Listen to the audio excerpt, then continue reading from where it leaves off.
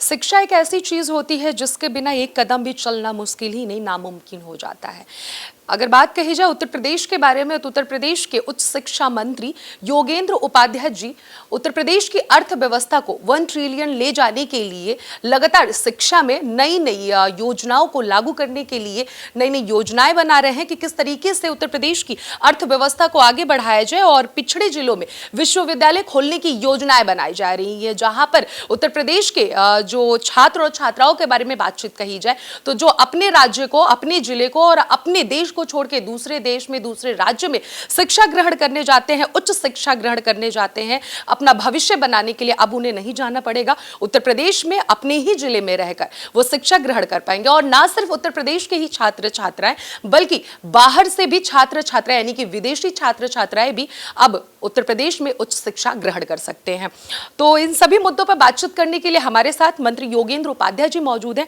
बातचीत करेंगे इस मामले पर। सबसे पहले सर आपका टीवी 24 पर स्वागत है। नमस्कार सर, सीधा सवाल वही करेंगे कि वो कौन कौन से पिछड़े जिले हैं जहां पर आप विश्वविद्यालय बनाने की तैयारियों में लगे हुए हैं और बीते दिन आपने इस मामले पर बैठक भी की है।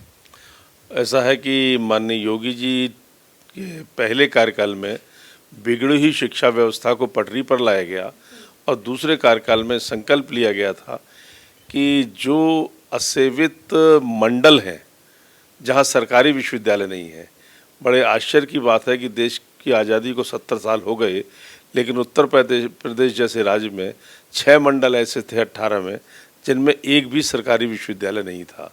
तो वहाँ सरकारी विश्वविद्यालय खोले जाएं और दूसरा शिक्षा के प्रसार और प्रचार के लिए उत्तर प्रदेश को शिक्षा का हब बनाने के लिए निजी विश्वविद्यालय को आमंत्रित किया जाए, उनको प्रमोट किया जाए।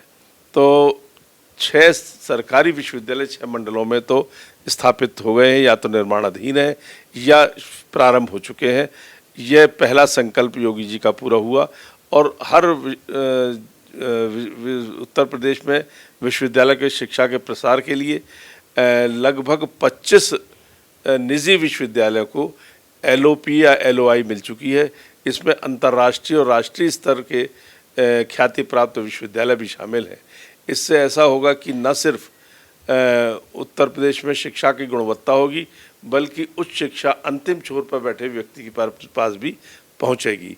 इसी के अंतर्गत योगी जी ने एक निर्णय और लिया है कि हर जिले में उच्च शिक्षा अंतिम छोर तक पहुंचे, इसलिए आज हर जिले में एक निजी विश्वविद्यालय अवश्य हो। और उसके लिए हम लोग नई नीति बना रहे हैं।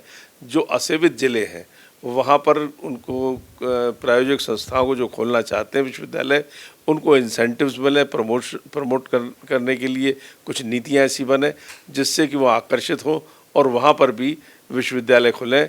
इस तरह ये योजना है उत्तर प्रदेश सरकार की, योगी जी सरकार की। ठीक है सर, एक और आपसे सवाल करना चाहूँगी कि जैसे कि अभी आपने एजुकेशन को लेकर बताया कि उन जिलों में खोला जा रहा है, योगी सरकार क्या कुछ शिक्षा को लेकर नीति सोच रही है, क्या कुछ योजनाएं बना रही है, लेकिन सर बेरोजगारी एक बहुत बड़ा मुद्दा है। शिक्षा जाहिर सी बात है ग्रहण लोग करते हैं कामयाबी पाने के लिए, लेकिन सबसे पहला छात्र और छात्राओं के मन में सवाल यही होता है और कोशिश होती है और ख्वाहिश होती है कि पढ़ाई कंप्लीट करने के बाद रोजगार मिले।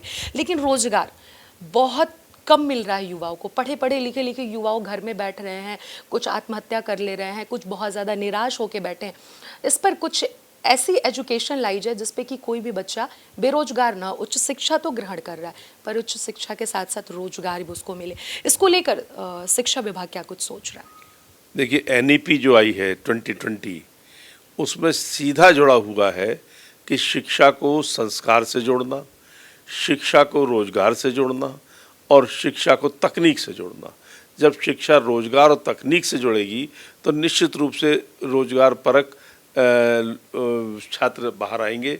अब जब शिक्षा को हम रोजगार से जोड़ रहे हैं तो जो भी रोजगार होते हैं आम जीवन से लेकर हाई लेवल तक के, उन सब की शिक्षा शिक्षा क्षेत्रों में दी जा रही है।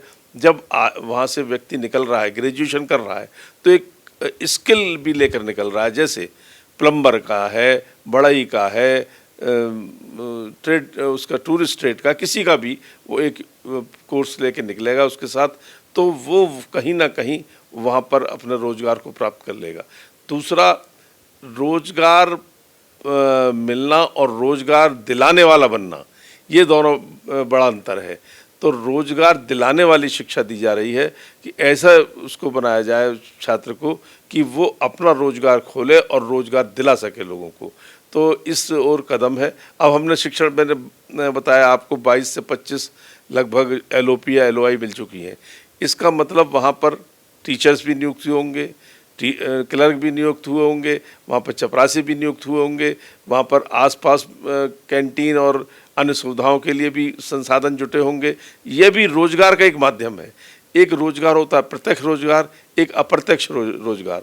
तो शिक्षा संस्थाएं जब व्यापक रूप से खुलेंगी तो अप्रत्यक्ष रोजगार भी मिलेंगे, सीधे प्रत्यक्ष रोजगार भी मिलेंगे, और रोजगार देने वाले छात्र वहाँ से निकला करेंगे। ठीक है सर, जिन जिलों में विश्वविद्यालय खोलने की तैयारी चल रही है, क्या कुछ अलग वहाँ पर व्यवस्थाएं होंगी जो विश्वविद्यालय हर जगह जहाँ भी हैं थोड़ा सा अलग हटके हो और कुछ नया एक्स्ट्रा स्टूडेंट्स को सीखने को और देखने को मिले?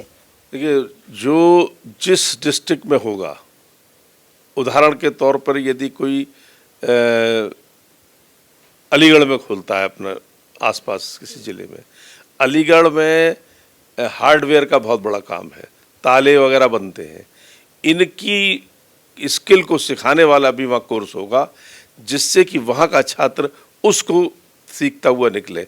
आगरा में यदि कोई होगा तो टूरिस्ट ट्रेड, आगरा का एक सेंटर है, बहुत बड़ा सेंटर है टूरिस्ट ट्रेड का आगरा, तो वो टूरिस्ट ट्रेड्स के वेटर से लेकर ऊपर होटल मैनेजमेंट तक और जो भी विधाएं हैं इसकी, उन सबको सिखाने वाले कोर्स चलेंगे जिससे वहाँ का छात्र जब उसको करके निकलेगा तो वहाँ से जुड़ेगा।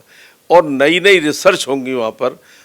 विदेशों में जितने भी विश्वविद्यालय हैं जहाँ उत्तर प्रदेश का छात्र पढ़ने जाता था स्पेशल कोर्स के लिए, तो जो संसाधन युक्त होते तो चले जाते थे, लेकिन जो संसाधन युक्त नहीं थे वो मन मार के रह जाते थे, भले ही उनमें प्रतिभा हो। अब उत्तर प्रदेश के विश्वविद्यालयों में भी उन लोगों को आमंत्रित किया जाएगा जो ऐसे विश्वविद्यालय हैं जहाँ पे छात्र जाते हैं, वो अपनी फैकल्टी यहाँ खोलें, यहाँ चलाएं, यहाँ के विश्वविद्यालय को में उनको सुविधाएं दी जाएंगी जिससे उत्तर प्रदेश शिक्षा का हब बन सके। आज उत्तर प्रदेश शिक्षा का हब बनता जा रहा है। उत्तर प्रदेश में ग्रेडिंग इस समय पूरे हिंदुस्तान में सबसे ज़्यादा ग्रेडिंग वाले विश्वविद्यालय हैं। पिछले 2 साल में योगी जी की सरकार की ये बहुत बड़ी देन है। परीक्षा लीक एक बहुत बड़ा पूरे हिंदुस्तान में सवाल खड़ा कर रहा है। अभी हाल ही में नीट को लेकर धांधली हुआ, इसके पहले UPP का हुआ, हालांकि उसके लिए CM योगी आदित्यनाथ ने बता दिया था कि 6 महीने के अंदर होगा, लेकिन उसके बावजूद भी जो बच्चे परीक्षा दे रहे हैं उनके मन में ये सवाल खड़ा हो जा रहा है कि पहली बार जब हमने परीक्षा दिया पेपर लीक हो गया, हमें उम्मीद था कि हम उत्तीर्ण हो जाएंगे, लेकिन सेकेंड टाइम क्या पता हम फेल हो जाएं। इसको कैसे सही किया जाए सर? पेपर लीक बहुत बड़ा सवाल है, बच्चे सुसाइड तक कर ले रहे हैं सर। देखिए, पिछले दौरान योगी जी की सरकार से पहले जो सरकारें थीं, किसी भी देश का इससे बड़ा दुर्भाग्य हो नहीं सकता। और मैं तो युवा वर्ग से भी कहूँगा कि छोटे प्रलोभन में ना फंसा करें।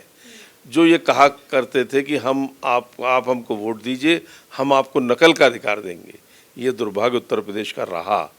योगी जी ने आकर उसे संभाला है।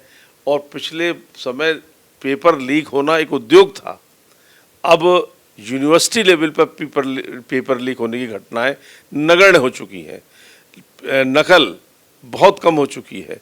इस तरीके से शिक्षा का स्तर भी सुधर रहा है और उसको अच्छे ओर ले जाने के प्रयास भी हो रहे हैं। जहाँ तक और पेपर लीक का सवाल है, इसमें अब इतना अंतर आ गया पिछली सरकार और इस सरकार में, यदि कहीं पेपर लीक होता है तो दोषी बख्शा नहीं जाता। पिछली बार राजनीतिक संरक्षण प्राप्त करते थे वो लोग और इसलिए बचे रहते थे। तो अब धीरे धीरे सुधार होगा।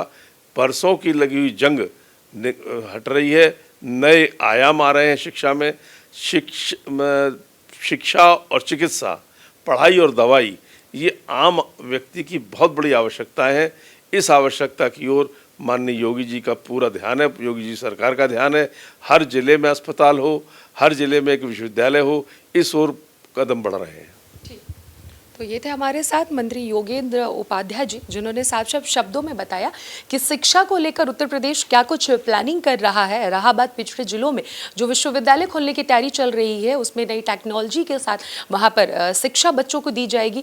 रोजगार पर सवाल किया गया तो उन्होंने साफ साफ शब्दों में कहा कि अगर हम कहीं कॉलेज खोल रहे हैं तो जाहिर सी बात है कि वहां पर टीचर, वहां पर चपरासी, वहां पर तमाम लोग रोजगार के लिए आएंगे, तो उनके पास भी एक रोजगार होगा। और रोजगार दिलाना और रोजगार मिलना, एजुकेशन यूपी सरकार ऐसी दे रही है कि स्टूडेंट रोजगार लोगों को दे सके, यानी कि अपना कोई भी स्टार्टअप करके वो 10 लोगों को रोजगार दे सकता है। इस तरह की उत्तर प्रदेश में शिक्षा दी जा रही है। फॉरेन कंट्रियों से भी सलाह लिया जाएगा और उन्हें कहा जाएगा कि उत्तर प्रदेश में आकर अपना एक विश्वविद्यालय खोले कि उत्तर प्रदेश के बच्चे अच्छा एजुकेशन पा सके। अब देखना ये होगा कि यूपी में किस तरीके से उच्च शिक्षा की व्यवस्था की जा रही है। स्टूडेंट क्या वाकई में बाहर नहीं जा रहे हैं या फिर अपने ही जिले में और अपने ही राज्य में रहकर उच्च शिक्षा ग्रहण कर सकते हैं। कैमरा पर्सन राकेश के साथ अनन्या मिश्रा, टीवी 24 लखनऊ।